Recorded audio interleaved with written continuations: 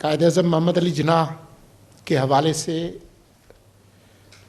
یہاں ہمارے بچوں نے بہت اچھی باتیں کی اور میں شکریہ بھی ادا کرنا چاہتا ہوں اس محکمے کا جنہوں نے اس کا انتظام کیا۔ بہت اچھی پبلیکیشنز ہیں، اس کا بھی شکریہ۔ لیکن شکریہ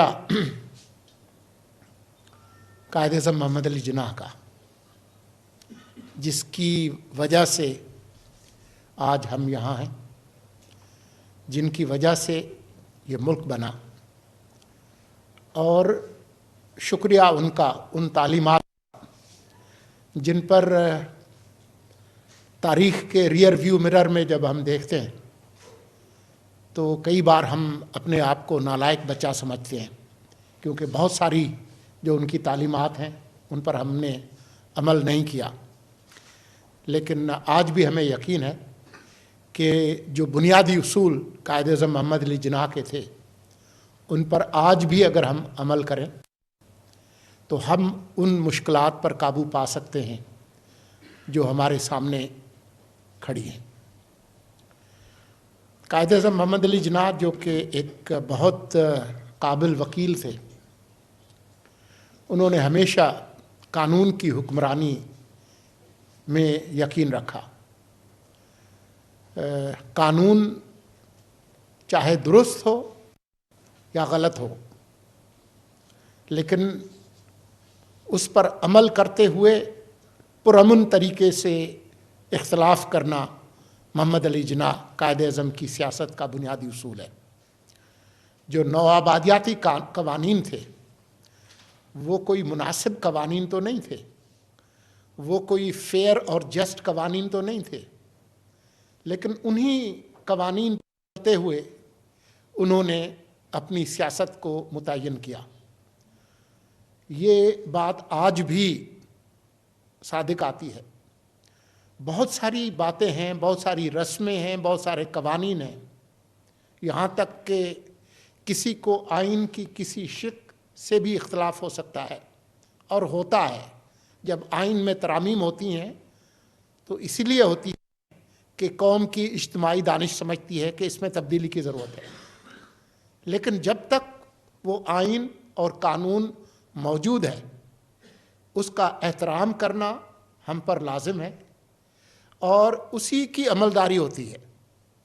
یہ ایک بنیادی اصول ہے۔ اگر آج کی سیاست کو اگر آپ دیکھ لیں، بہت سارے لوگوں کو بہت سارے اختلافات ہیں، لیکن جو قوانین ہیں ان پر عمل درآمد کے ذریعے ہی بہتری کا امکان موجود ہے، ورنہ افراتفری اور انارکی ہوگی۔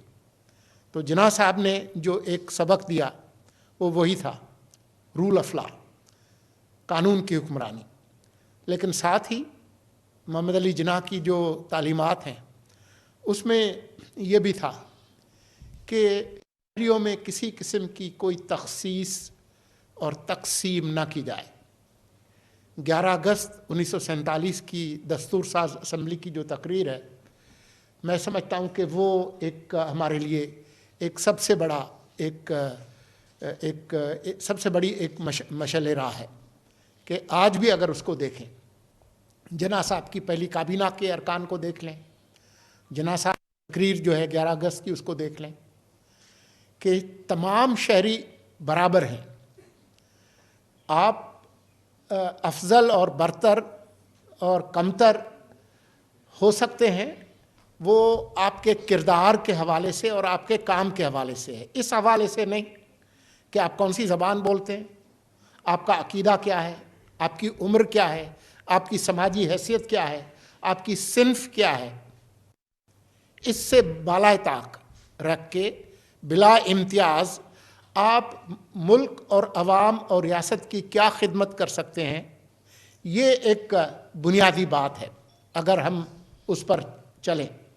لیکن ایک اہم بات جو قائد اعظم محمد علی جناح کی ہے، اور وہ ہے کہ وہ ہمیشہ پرامن سیاسی جدوجہد میں یقین رکھتے تھے۔